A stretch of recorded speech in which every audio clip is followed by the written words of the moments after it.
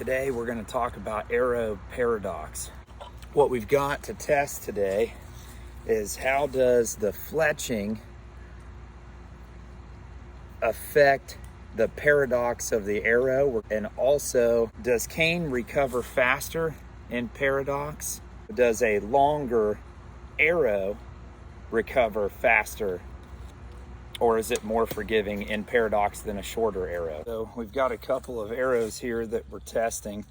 One is made from dogwood, one is made from bamboo. So what we're gonna do today is record these in slow motion from a high angle and see if we can actually see the paradox in the arrows at all, and if the cane arrow recovers any quicker in paradox than what the hardwood dogwood arrow does. So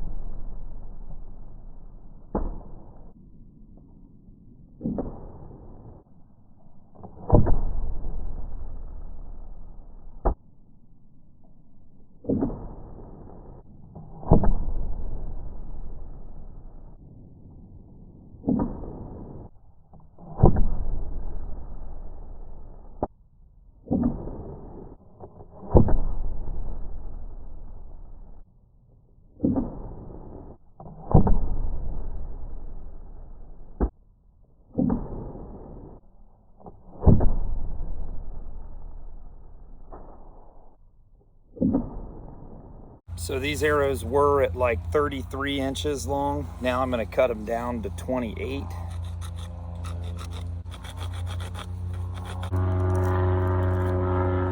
Now I know that will change the momentum of the arrow. I know it's going to change the grain weight. I know it's going to change the dynamic spine, and so on and so forth. What I'm looking to see in this test is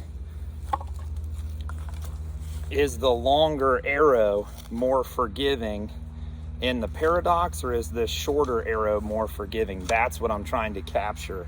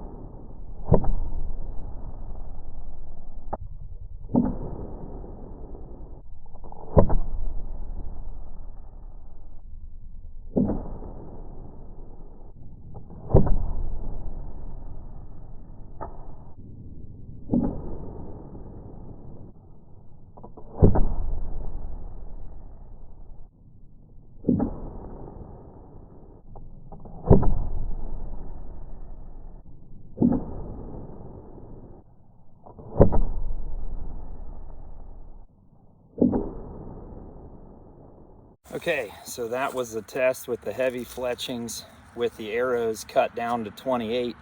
Two observations that I had about it. One thing I will say, it seemed like the dogwood arrow, and it could have just been the spine of this particular shaft, I know that, but it seemed like not having all that extra leverage out here and it being cut shorter down to 28, it seemed like it flew better.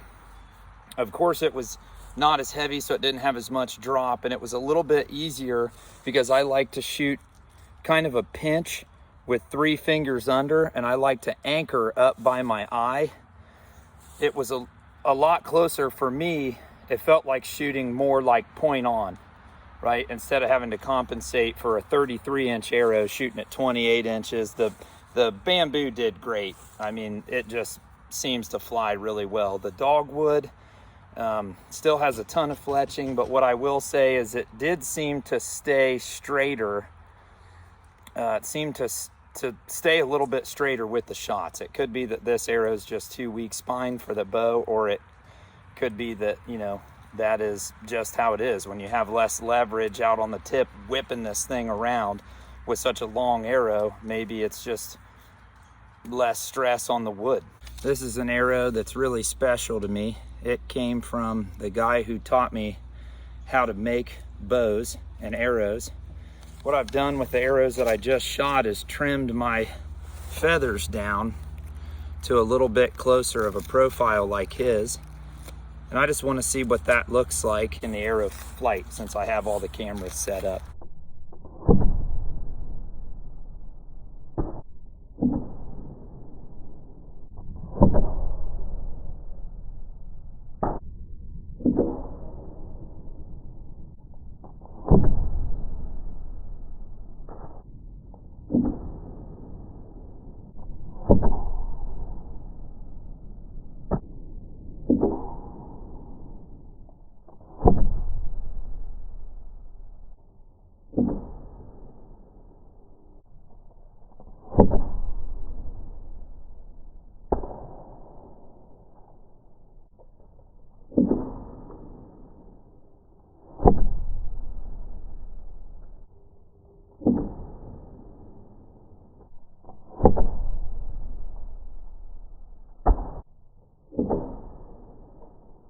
Having a more center shot bow where the string is in line with as close to the center line as possible, that will also help you out tremendously. So keep that in mind when you're designing the bow.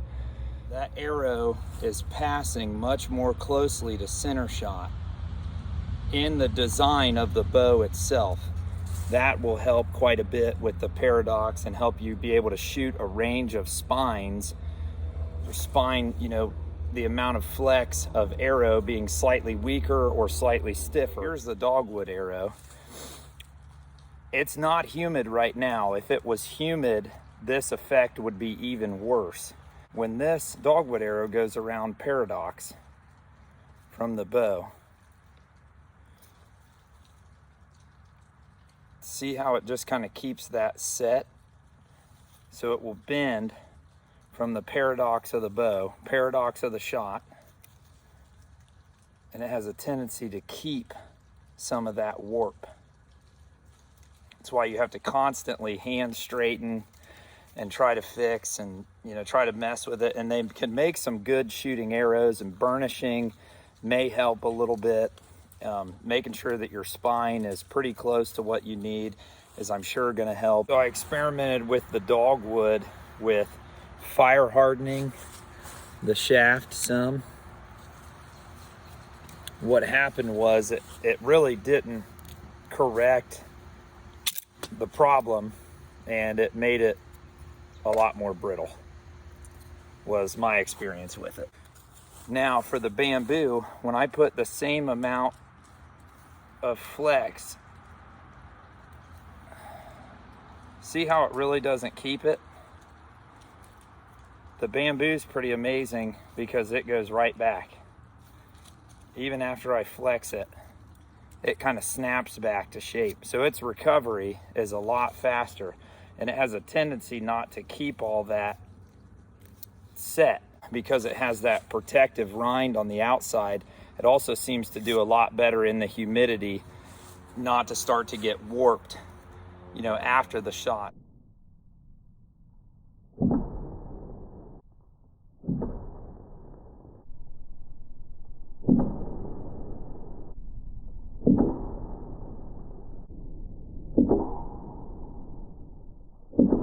So what do you guys think after watching these arrows in flight between the Dogwood and the cane arrow? Do you think one flew cleaner than the other? Do you think that the longer length flew cleaner than the shorter length? Do you think that the fletching made much of a difference?